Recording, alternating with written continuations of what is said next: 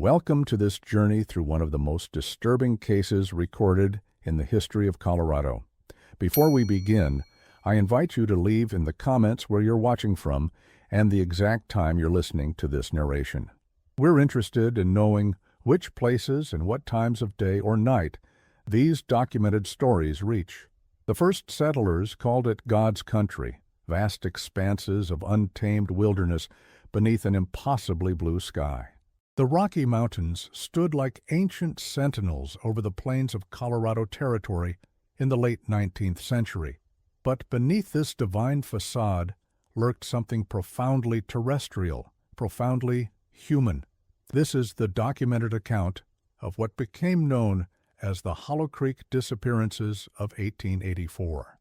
Hollow Creek was not a town so much as a waypoint, a collection of weather-beaten structures clustering around a trading post approximately 30 miles northeast of Denver. The settlement served as a rest stop for cattle drivers moving herds north toward Wyoming or east toward Kansas. In winter, when the mountain passes closed and the prairie winds howled across the plains, Hollow Creek became even more isolated than usual.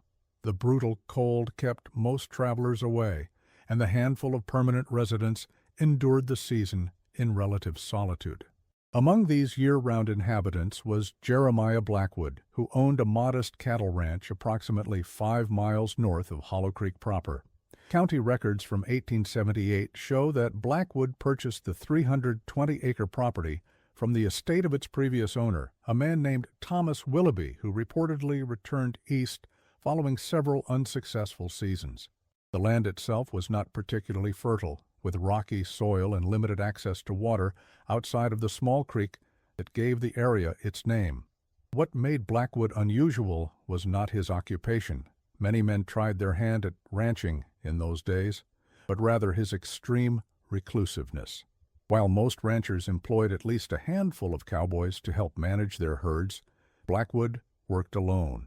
According to statements later collected by the Denver Chronicle in March of 1885, Blackwood appeared in town only once every few months to purchase supplies. One shopkeeper noted that he always paid in gold dust rather than paper notes, an unusual practice for the time. This detail, insignificant at first glance, would later take on a more sinister implication. The Hollow Creek Trading Post ledger from 1880 through 1884 shows Blackwood's purchases: ammunition, coffee, salt, lamp oil, and occasionally tobacco. No luxury items, nothing frivolous.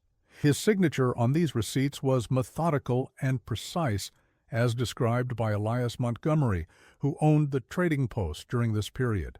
Like a man who'd learned penmanship later in life and was determined to get it exactly right, Montgomery stated in his written account, there was something unnatural in its perfection. Montgomery further noted that Blackwood rarely engaged in the customary social exchanges that characterized frontier commerce. Most men would pass the time of day, comment on the weather, share news, Montgomery reported. Blackwood conducted his business with minimal words, never removing his hat indoors, and departed as soon as transactions were complete. This behavior, while perhaps merely indicative of a solitary disposition, created an aura of mystery around the rancher that would later feed speculation about his activities. Blackwood's ranch house sat atop a gentle rise, providing clear views of the surrounding prairie. According to land survey maps from 1879, the property contained a main house, 2 small outbuildings, a corral, and, somewhat unusually for the region, a stone-lined well approximately 50 yards behind the house. Most ranchers in the area relied on creek water or occasionally windmill-pumped water for their needs. A hand-dug well represented significant effort on Blackwood's part, especially working alone. Local resident Martha Holloway, whose husband operated a smithy in Hollow Creek, recalled that Blackwood's ranch was too quiet for a working cattle operation. In an interview published posthumously in 1917, she noted, "Even from a distance, you'd expect to hear something: cattle, lowing, horses, the sounds of work. But that place was silent as a graveyard, except when the wind blew." The winter of 1883-1884 was particularly harsh across Colorado. Temperature records from Denver show multiple weeks where the mercury failed to rise above freezing. Blizzards swept across the plains with alarming frequency, cutting off smaller settlements from regular mail service and trade. Hollow Creek, with its handful of buildings and 24 permanent residents, effectively disappeared from wider awareness during these months. It was during this period of isolation that the first disappearance occurred. Joseph Miller, a cowhand working for the Thompson Ranch 15 miles south of Hollow Creek, was reported missing in late January 1884. According to his employer's statement to the county sheriff, Miller had been sent to deliver correspondence to another ranch and never returned. Given the weather conditions, it was initially assumed that Miller had succumbed to exposure, a tragically common fate for travelers caught in winter storms. No formal search was conducted until the spring thaw. By then, the trail had gone cold. Miller's horse was never recovered, nor was his body. The county sheriff's office filed a report listing Miller as presumably deceased due to natural causes, a designation that would later be questioned. As winter reluctantly released its grip on the region, a second disappearance was reported. William Cooper, an itinerant ranch hand seeking employment, was last seen at the Hollow Creek Trading Post on March 15, 1884. Cooper had mentioned to several patrons that he intended to inquire about work at outlying ranches. Store owner Elias Montgomery recalled that Blackwood had been in the trading post that same day, though he stated that he did not observe any interaction between the two men. Cooper, like Miller before him, simply vanished. His few possessions, left at the local boarding house run by the widow Jenkins, were eventually sold to cover his unpaid lodging fees. The sheriff made inquiries but found no substantial leads. The case was not pursued with particular vigor. Drifters often moved on without notice, and resources for law enforcement were limited in such sparsely populated areas. Cooper's disappearance would have likely remained a footnote in local history if not for subsequent events. However, one detail would later gain significance. Among Cooper's possessions was a letter to his sister in Kansas, found unsent among his effects. In this correspondence, dated March 14th, he mentioned having heard of a rancher north of town who might be hiring. While not naming Blackwood specifically, the direction aligned with the location of his property. By mid-spring, cattle drives had resumed, bringing the usual seasonal influx of cowboys and trail hands through Hollow Creek. Among them was Thomas Burke, an experienced drover working for a cattle company based in Cheyenne. Burke and his partner, Samuel Davis, separated from their main group to pursue several stray cattle that had wandered from the herd. According to Davis's subsequent statement, the men split up to cover more ground, with Burke heading northwest, in the general direction of the Blackwood Ranch. Davis returned to the main herd by nightfall. Burke did not. After waiting until the following morning, the trail boss organized several riders to search for the missing man. They found Burke's horse grazing alone approximately 2 miles from Blackwood's property line. The animal was still saddled with Burke's rope and canteen in place, suggesting that whatever had happened to the rider had occurred suddenly. The search party approached the Blackwood Ranch seeking information. According to multiple testimonies later recorded, Blackwood met them at his property boundary, rifle in hand. He denied seeing Burke or any stray cattle and refused to allow the men to search his land. While such territorial behavior was not entirely unusual for the time and place, the cattle boss found it suspicious enough to report the encounter when the group returned to Hollow Creek without finding any trace of Burke. What the search party could not have known was that their arrival had been observed long before they reached the property. A journal entry later recovered from Blackwood's hidden study, dated to this period, notes, "Observers approached from the south today, anticipated their arrival, and secured the workspace. The subject has been relocated to the lower chamber." The integrity of the research remains uncompromised. This clinical notation, devoid of any moral consideration for the subject, provides a chilling glimpse into Blackwood's methodical mind. Sheriff William Parker, based in Denver, received the report about Burke, but did not immediately act upon it. His logbook entry for April 18, 1884 notes, "Complaint received missing drover T. Burke near Hollow Creek. Low priority given current caseload and likelihood of natural explanation." This delay would later be scrutinized in the Denver newspapers, though Parker defended his decision based on the limited manpower at his disposal and the frequency with which men went missing in the territory. In fairness to the sheriff, disappearances were not uncommon in the frontier environments of the 1880s. Men ventured into unsettled territories where accidents, exposure, conflicts with indigenous peoples, or encounters with wildlife could prove fatal. Without witnesses or evidence of foul play, such cases rarely warranted extensive investigation. The vast spaces of the Western Territories effectively swallowed individuals who stepped off established paths or routines. It was not until late May, when a fourth man disappeared, that authorities began to consider the possibility of something more sinister than bad luck or harsh conditions.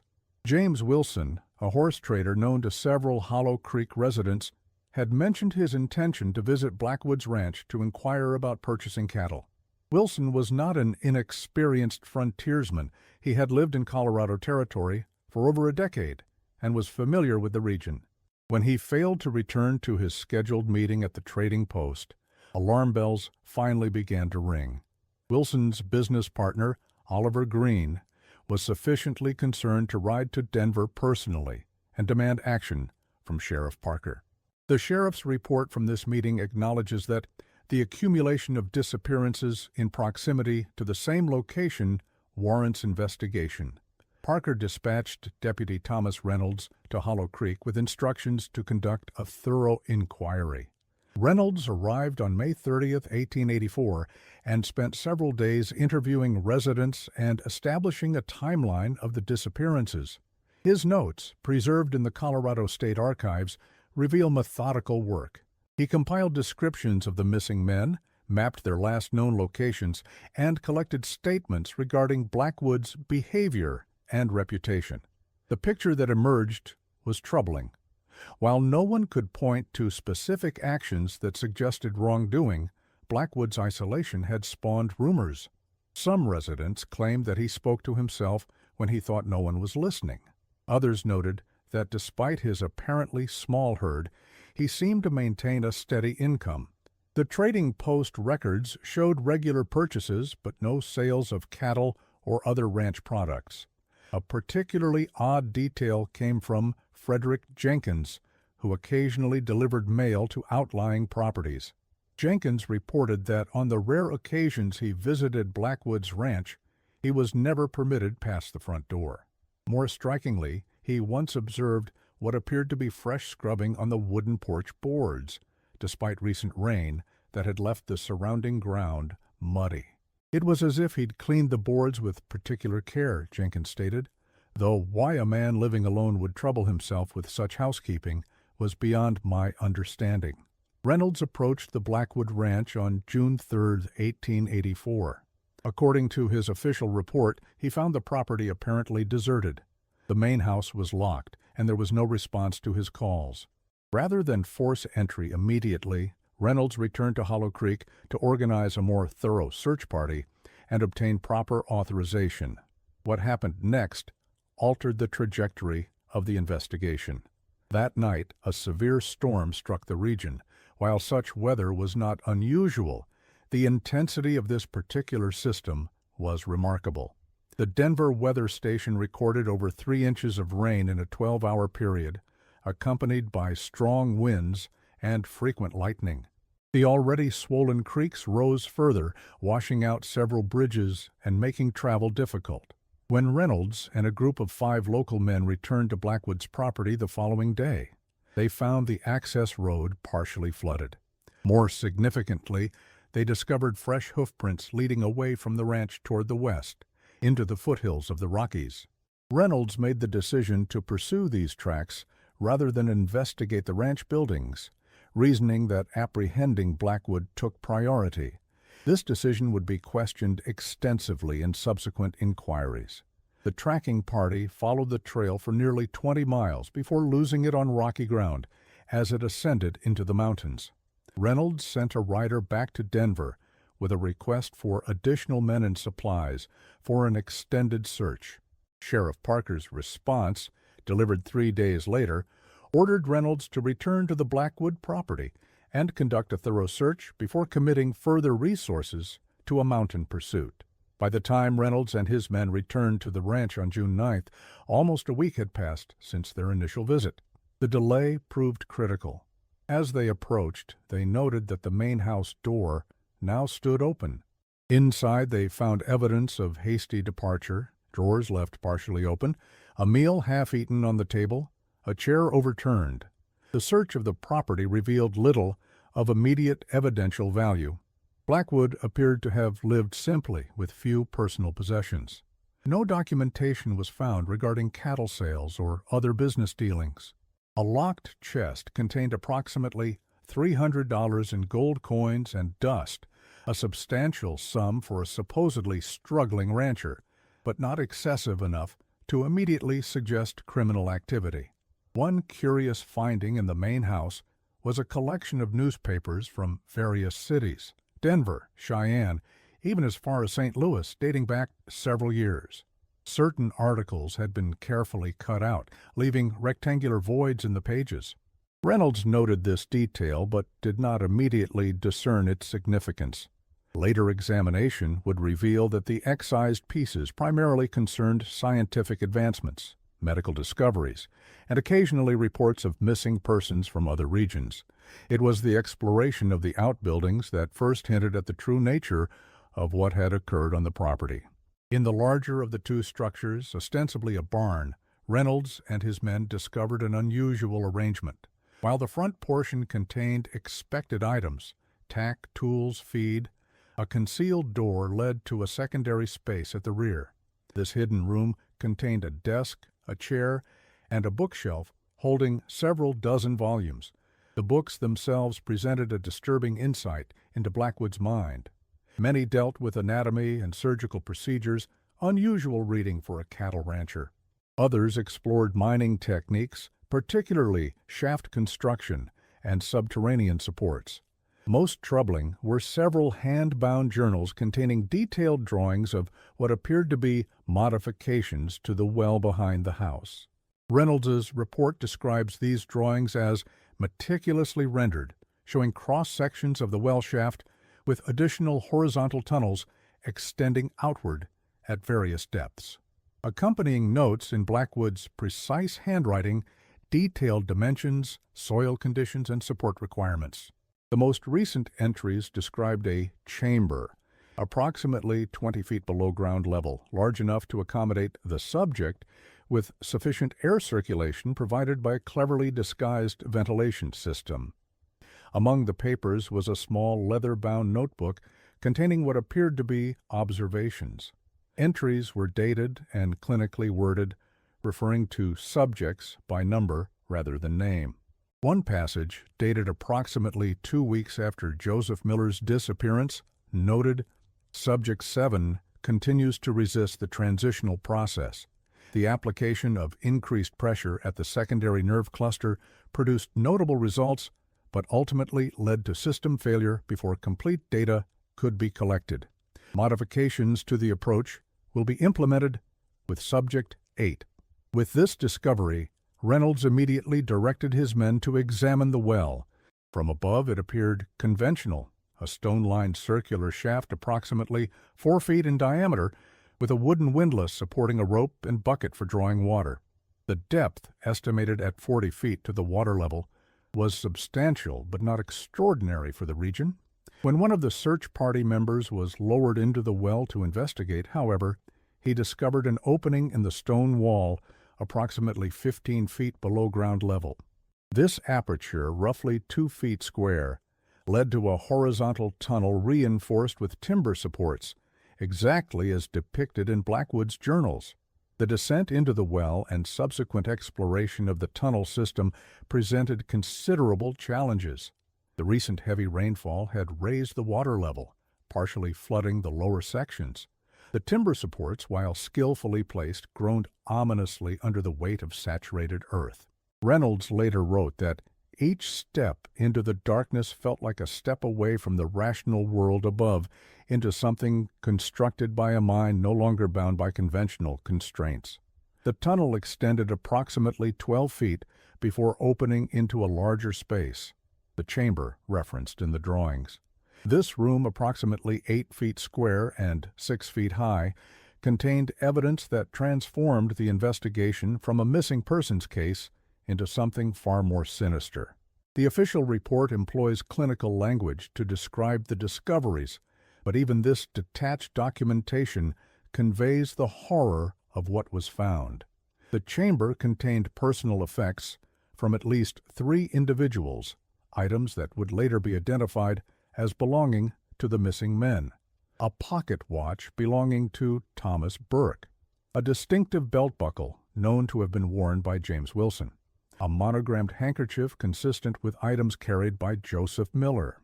More disturbing were the modifications to the chamber itself. Iron rings had been set into the walls at various heights. A drain had been constructed in the stone floor, leading to a lower section of the well shaft. Most damning of all was a collection of crude surgical implements arranged on a small table, alongside several glass bottles containing chemical substances, later identified as chloroform, and various preservative solutions. The walls of the chamber bore scratch marks at various heights, concentrated near the iron rings. Dark stains permeated the earthen floor, despite evidence of recent attempts to clean the area. A system of leather straps and buckles, similar to restraints used in medical facilities of the era, but significantly reinforced, hung from one of the walls. Everything in the space spoke of careful planning and methodical execution. No human remains were found in the chamber itself. However, when investigators examined the lower portion of the well, below the waterline, they made a grim discovery. Weighted bundles contained dismembered human remains in various states of decomposition. Due to the conditions and the time that had elapsed, exact identification proved challenging, but the county coroner's report confirmed that parts from at least 4 different individuals had been recovered. Dr. Elias Harrington, who conducted the examination for the county, noted in his report that the dismemberment had been performed with precision indicative of anatomical knowledge. He further observed that certain organs appeared to have been removed and preserved separately before the remaining tissues were disposed of. This level of technical skill suggested that Blackwood possessed medical training or at least significant self-education in surgical techniques. The manhunt for Jeremiah Blackwood intensified following these discoveries. Wanted posters were distributed throughout Colorado and neighboring territories. Sheriff Parker committed significant resources to the search, particularly focusing on the mountain routes heading west from the ranch. Despite these efforts, Blackwood remained elusive. The investigation into his background revealed little. The name Jeremiah Blackwood appeared in no records prior to his land purchase in 1878. The bank that handled the transaction reported that payment had been made in gold, with no loan or mortgage involved. The description of Blackwood provided by Hollow Creek residents was frustratingly generic: a man of average height and build, approximately 40 to 50 years of age, with no distinctive features beyond a well-trimmed beard that was graying at the edges. One potentially significant detail emerged when investigators contacted the land office in Denver regarding the original purchase. The clerk who had processed the transaction recalled that Blackwood had spoken with an accent that suggested European education, though he clearly attempted to suppress it. This observation aligned with the collection of German and Latin texts found in his hidden study, suggesting foreign origins. Several theories emerged regarding Blackwood's origins and motivations. Some suggested he might have been a doctor whose practice had failed, or who had been discredited in some way, explaining both his anatomical knowledge and his desire for isolation. Others proposed that he had worked in mining, which would account for his tunneling expertise. The most disturbing hypothesis, and the one that gained the most traction in newspaper accounts, was that Blackwood had engaged in similar activities elsewhere before establishing himself in Colorado. To test this theory, Sheriff Parker corresponded with law enforcement officials in other territories and states, inquiring about similar disappearances or crimes. These inquiries yielded several possible connections, most notably to a series of unsolved disappearances near a mining community in Nevada between 1874 and 1876. However, no conclusive link was ever established. A response from authorities in St. Louis mentioned a German immigrant physician named Johannes Schwarzwald, who had disappeared following allegations of unethical experiments at a private research facility in 1873. While the physical description matched Blackwood's general appearance, no photographs existed for comparison, and the linguistic connection between Schwarzwald, Black Forest, and Blackwood was considered too circumstantial to confirm identity. The Denver Chronicle published an extensive article about the case on July 12, 1884, under the headline, "Horror at Hollow Creek, Rancher's Well Conceals Dark Secret." The piece, while sensationalized in places, brought national attention to the case. Several larger newspapers, including the New York Times, reprinted portions of the Chronicle's reporting, often embellishing details for dramatic effect. These accounts speculated wildly about Blackwood's motives. Some suggested he harvested organs for sale to medical schools, a practice not unknown at the time, though typically involving already deceased individuals rather than murder victims. Others proposed that he consumed parts of his victims, though no evidence supported such claims.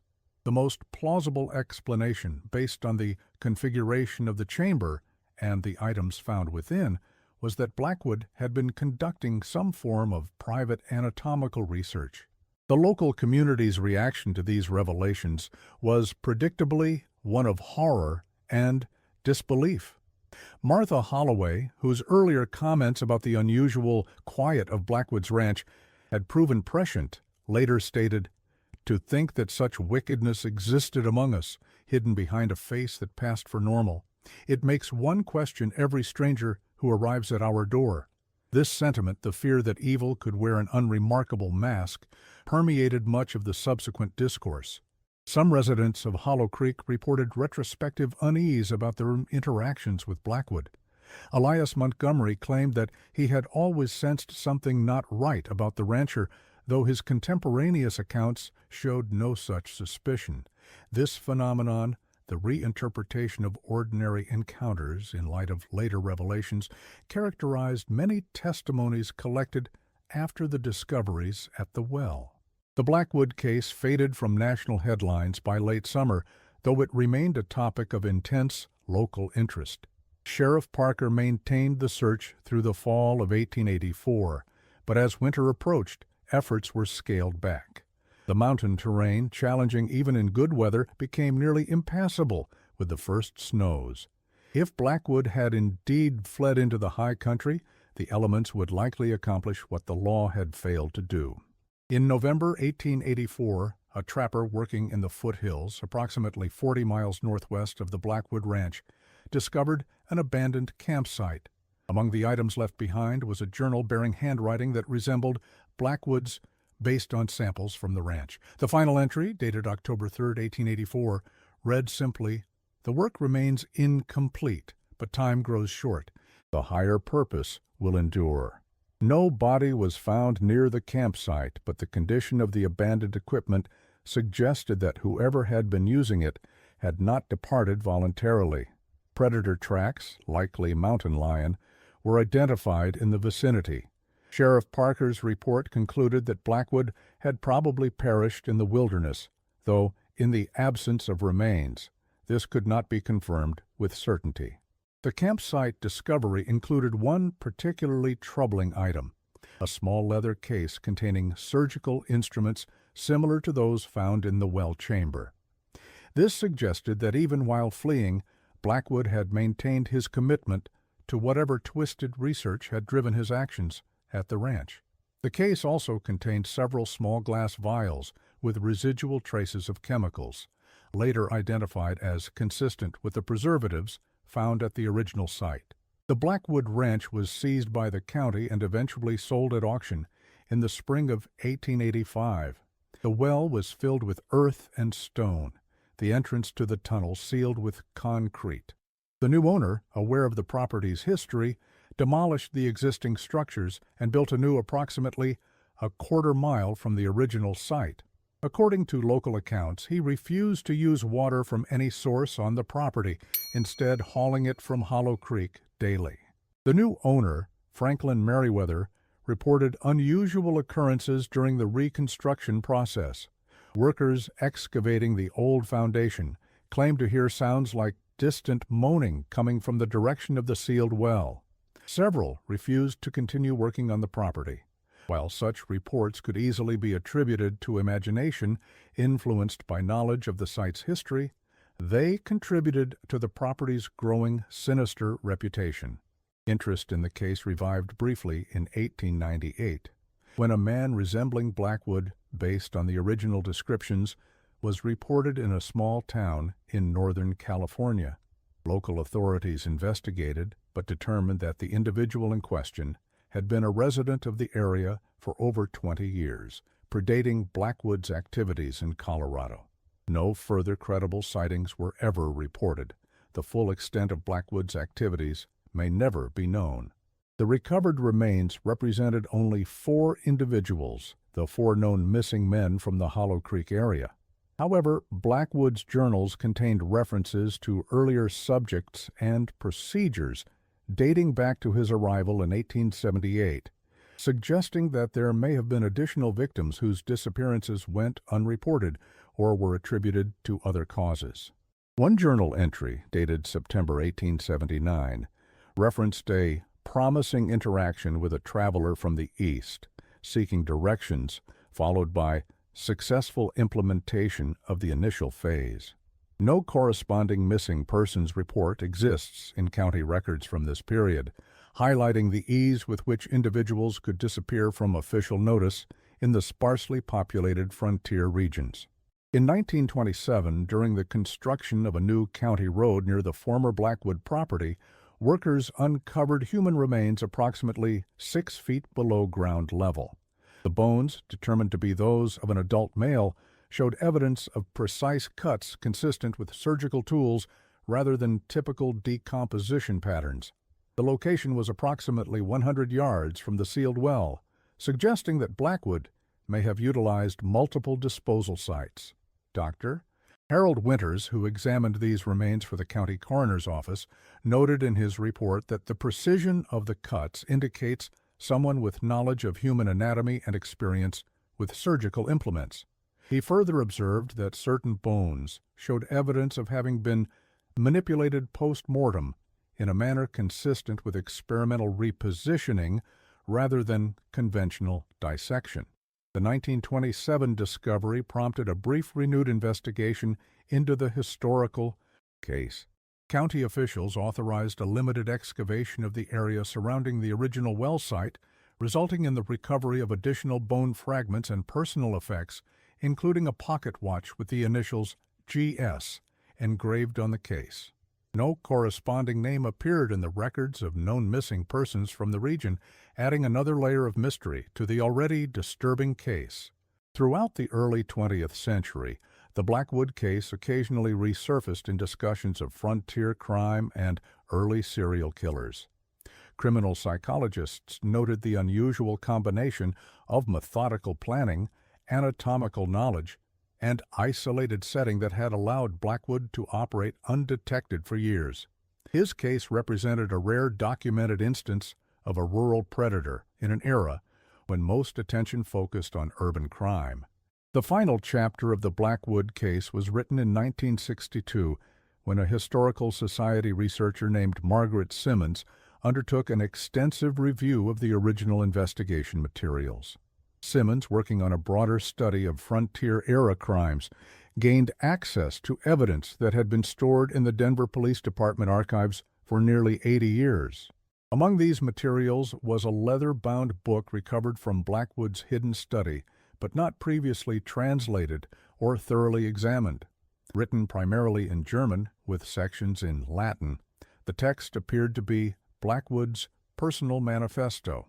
Simmons worked with linguistics professors from the University of Colorado to produce a complete translation, which was subsequently sealed by court order due to its disturbing content.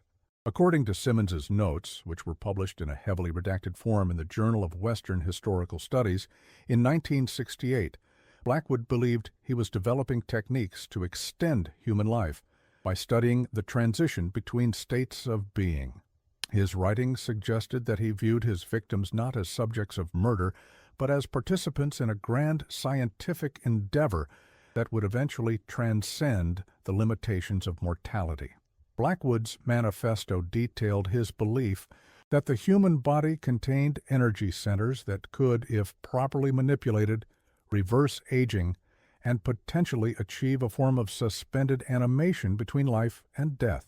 His experiments focused on isolating these theoretical centers through systematic surgical exploration while the subjects remained conscious, a horrific process that explained the restraint systems found in the well chamber.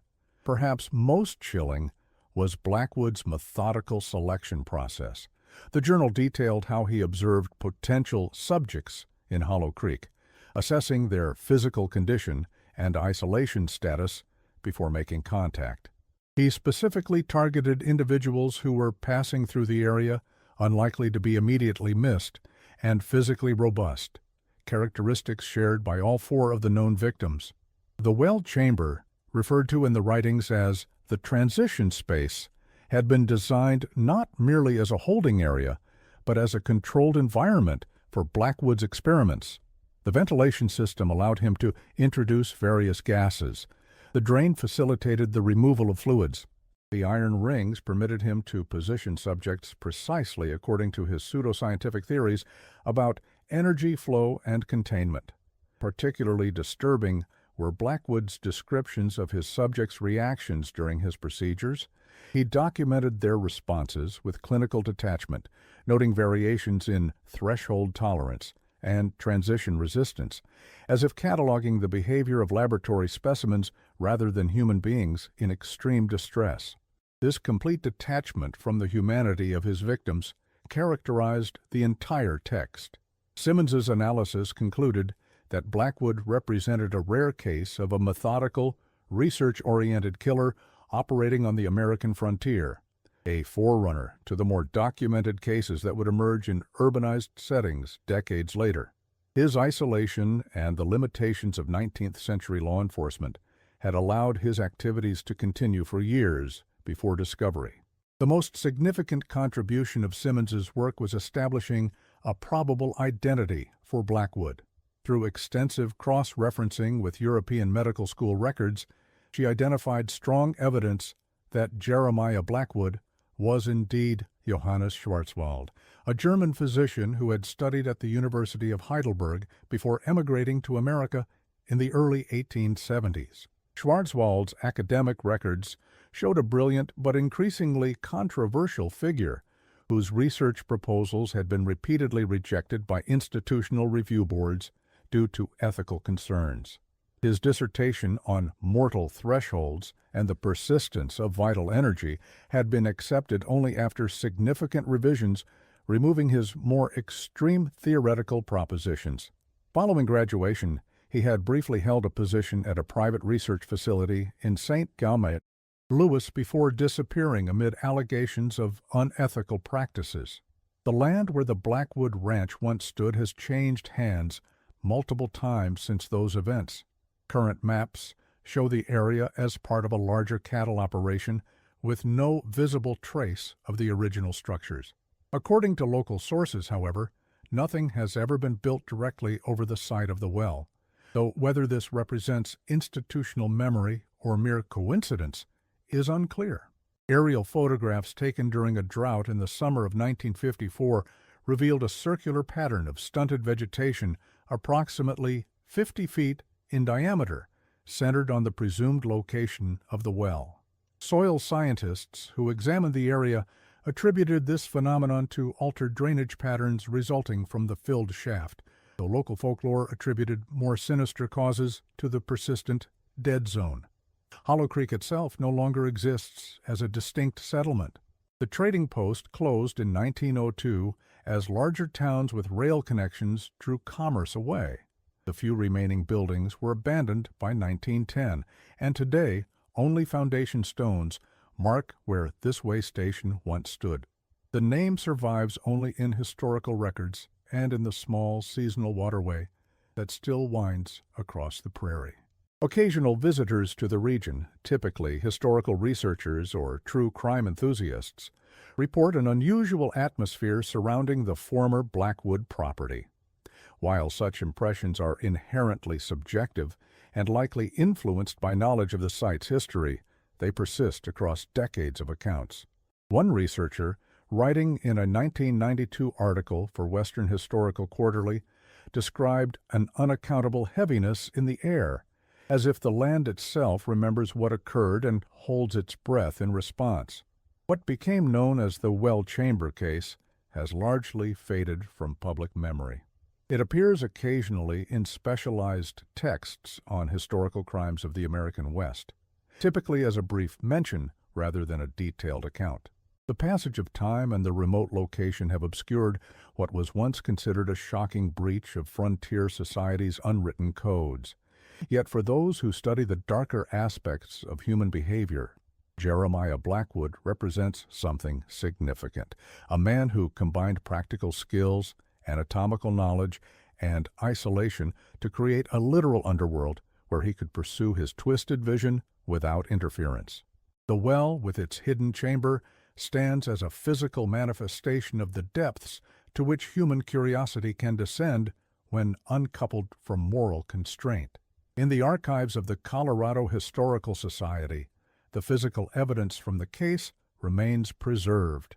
The surgical tools, the journals with their precise drawings, the personal effects of the victims. These items, rarely viewed and never displayed publicly, serve as tangible reminders that beneath the celebrated narrative of Western expansion and opportunity lurked darker possibilities, isolated individuals whose actions remained hidden until chance or circumstance brought them to light. A visitor to these archives in 2005, conducting research for a doctoral dissertation on frontier justice, reported finding a small notation in Blackwood's handwriting on the final page of one journal, previously overlooked. The text, translated from German, read, "The gateway between states is narrow but navigable. I have glimpsed what lies beyond, and will return with greater knowledge." Whether this represented delusional thinking or something else entirely remains a matter of speculation. The sound that still echoes more than a century later is not the splash of a bucket in a well or the creak of a windlass, but the silence, the profound silence of men who vanished from the world above into the darkness below, whose final experiences occurred in a stone chamber beneath the prairie, at the hands of a man whose true identity and ultimate fate remain as obscured as the entrance to his hidden tunnel. Local folklore has incorporated the Blackwood case into regional mythology. Stories persist of strange sounds emanating from the vicinity of the former well site on particularly still nights, descriptions ranging from low moaning to the rhythmic creaking of a windlass that no longer exists. While such accounts fall firmly into the realm of folklore rather than documented fact, they demonstrate how traumatic historical events can imprint themselves on cultural memory. A final note appears in Margaret Simmons's research papers, donated to the University of Colorado Archives following her death in 1983. In a personal journal separate from her official research, she wrote, "I have visited the site where Blackwood's ranch once stood. Nothing remains, no structures, no visible foundation, not even the depression where the well shaft would have been. The land has reclaimed its surface, erasing all evidence of what transpired.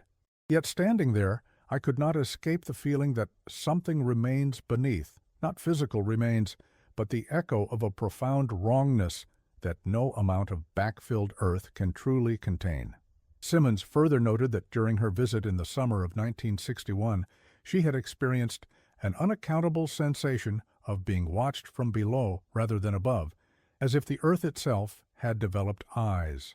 She dismissed this impression as the natural result of immersing herself in disturbing historical materials for months, yet felt compelled to record it nonetheless.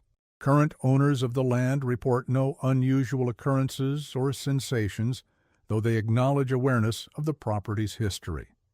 The site has never been subjected to modern archaeological techniques or ground-penetrating radar, which might reveal additional chambers or tunnel systems beyond those documented in the original investigation. The possibility remains that Blackwood's underground workspace was more extensive than initially discovered. The case of Jeremiah Blackwood and his well chamber remains officially closed, the perpetrator presumed dead, his victims accounted for through the limited forensic techniques of the era. Yet, like many historical crimes where certainty remains elusive, it continues to provoke questions. Who was Blackwood before he appeared in Colorado? Were there other wells, other chambers and places yet undiscovered? And perhaps most disquieting of all, did his research, cataloged in journals now sealed from public view, contain some element that he considered a success rather than failure? Some of the most disturbing speculation centers around the fact that Blackwood's body was never recovered.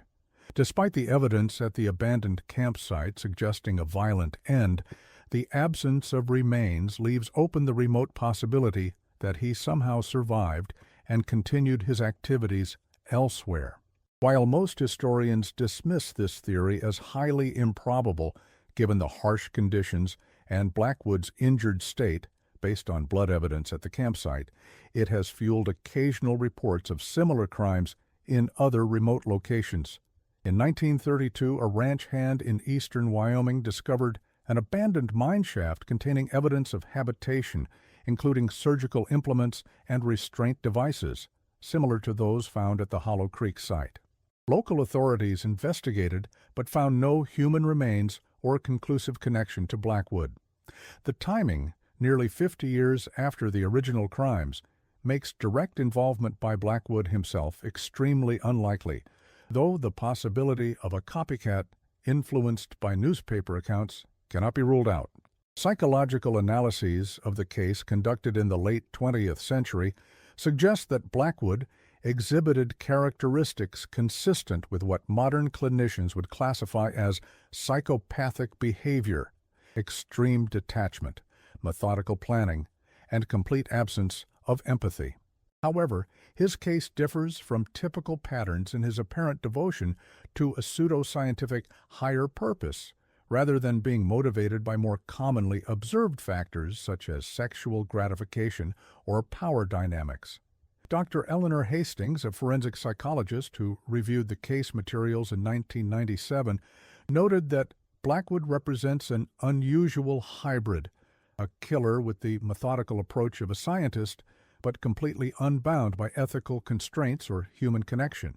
His isolation was both geographical and psychological, creating conditions where his distorted worldview could develop without external correction. The well itself holds particular symbolic significance in analyses of the case. As an archetypal structure representing both access to life-sustaining water and a passage into the earth, Blackwood's transformation of this normally nurturing structure into a place of confinement and suffering represents a profound perversion of frontier necessities. The vertical shaft connecting surface to depths mirrors his apparent belief in transitional states between life and death. Environmental investigations of the site conducted in the 1970s revealed lingering chemical contamination in the soil surrounding the former well, consistent with the preservative compounds found in Blackwood's laboratory. This physical reminder of his activities has gradually diminished through natural processes, but it underscores the lasting impact of his crimes on the landscape itself. The Blackwood case occasionally resurfaces in popular culture, usually heavily fictionalized. A 1956 pulp Western novel titled The Demon's Well loosely based its antagonist on Blackwood, though it added supernatural elements entirely absent from the historical record. A 1973 low-budget film similarly distorted the facts, portraying Blackwood as a cannibalistic mountain man rather than the methodical, educated figure documented in historical sources. These fictional treatments illustrate how difficult it remains for many to grapple with the reality of Blackwood's crimes. The calculated, pseudo-scientific approach is in some ways more disturbing than the more impulsive or explicable motivations. The fiction serves to distance the actual history, transforming Blackwood into a monster rather than confronting the human capacity for systematic cruelty in pursuit of distorted ideals. Oral histories collected from descendants of Hollow Creek residents contain recurring themes about the impact of the case on the community.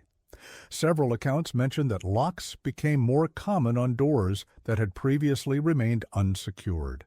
Parents began restricting their children's movements in ways previously unnecessary in the open frontier environment.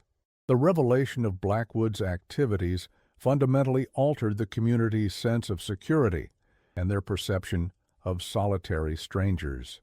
Frederick Jenkins, whose observations about Blackwood's unusually clean porch had contributed to the investigation, reportedly refused to deliver mail to remote locations thereafter. In a letter to his son dated 1891, he wrote, "Having seen what may hide behind an ordinary face, I cannot bring myself to approach isolated dwellings without a companion. This caution may seem excessive to those who did not witness what we found beneath that ranch, but once such knowledge enters your mind, it cannot be dislodged." Modern criminologists note that Blackwood's methods presaged certain aspects of 20th century serial killers, particularly those with organized, methodical approaches. His use of a rural property with modifications specifically designed for his crimes, careful victim selection based on likelihood of going unnoticed, and detailed record-keeping all align with patterns that would be extensively documented in later decades. In this sense, the Hollow Creek case represents an important historical precedent in the study of systematic homicide. The terrain surrounding the former Blackwood property has changed little in the intervening decades. The same rolling prairie stretches toward distant mountains. The same wind sweeps across grasses that bend and rise in endless waves. To visitors unaware of the history, it appears as merely another section of the vast western landscape, remarkable only for its austere beauty. Local ranchers occasionally report that cattle refuse to graze in the immediate vicinity of where the well once stood, though agricultural experts attribute this to subtle variations in soil composition rather than any lingering psychological impact on the animals. Such observations nonetheless contribute to the site's enduring mystique and the human tendency to perceive patterns in the aftermath of traumatic events. In the spring of 1958, unusually heavy rainfall caused significant erosion on the slope where Blackwood's house once stood. The resulting landslide exposed portions of the original foundation stones and, more significantly, a previously undiscovered root cellar approximately 20 feet from the main structure. County authorities investigated the space and discovered several sealed glass jars containing preserved organic materials later identified as human tissue samples. This discovery prompted speculation that Blackwood's activities may have been more extensive than previously documented. The preservation methods used on these samples matched those described in his journals, but the specimens themselves did not correspond to documented victims. This suggested either additional undiscovered victims, or perhaps more disturbing, that Blackwood had transported these materials with him when he established the ranch, indicating that his research predated his arrival in Colorado. The 1958 discovery was mentioned only briefly in local newspapers and received no national attention. The specimens were eventually transferred to the Colorado State Medical Examiner's office, where they remained in storage until 1972, when they were cremated following a policy revision regarding unidentified human remains. This disposal, while consistent with contemporaneous practices, eliminated potential opportunities for modern forensic analysis that might have provided additional insights into Blackwood's activities. Anthropologist Dr. Robert Carrington, who studied the social impact of the case in the 1980s, observed that the Blackwood incident represents a dark counterpoint to the mythologized frontier narrative of self-reliance and honest labor. The same isolation that offered opportunity and freedom from constraint for settlers also created perfect conditions for predation hidden behind a veneer of ordinary rural life. This duality, the shadow side of frontier virtues, perhaps explains the enduring fascination with the case despite its relatively limited documentation compared to more recent crimes. Blackwood exploited the very conditions that defined the American frontier experience: space, privacy, self-sufficiency, and limited oversight. His methodical manipulation of these conditions reveals how easily the same factors that enabled honest prosperity could be twisted to serve darker purposes. In 2012, a graduate student in forensic archaeology proposed using ground-penetrating radar to survey the former Blackwood property to determine if additional remains or structural elements might be detected beneath the surface. The current landowners declined to grant permission, citing concerns about disruption to their operations and reluctance to disturb what many consider a historical gravesite, however unmarked it might be. The student Melissa Chen subsequently published a paper theorizing that based on the known dimensions of the discovered chamber and tunnel and references in Blackwood's journals to the extended system, there might be additional chambers branching from the main tunnel that were never discovered during the original investigation. Given the flooding conditions at the time and the structural concerns that limited exploration, this possibility cannot be dismissed.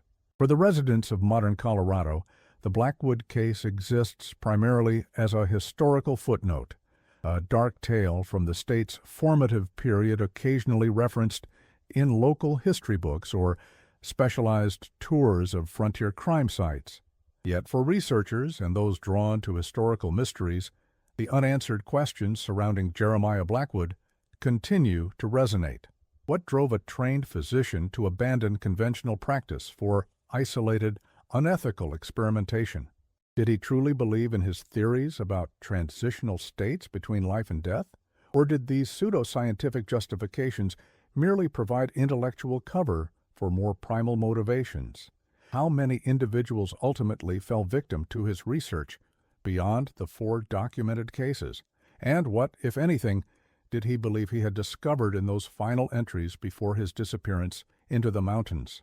The weathered landscapes of Colorado hold many secrets beneath their surface: ancient fossils, mineral deposits, the foundations of abandoned settlements. Among these hidden histories, the story of the rancher's well represents a particularly disturbing example of how the vast spaces and limited oversight of the frontier era could conceal not only opportunity and reinvention, but also methodical malevolence. In the vastness of the Colorado prairie, under an impossibly blue sky, such questions drift like tumbleweeds across landscapes that keep their secrets well. The wind still blows across the site where Blackwood's ranch once stood, and occasionally, when conditions are just right, visitors report hearing something like a distant creaking, perhaps the sound of a windlass turning, drawing something up from depths better left unexplored.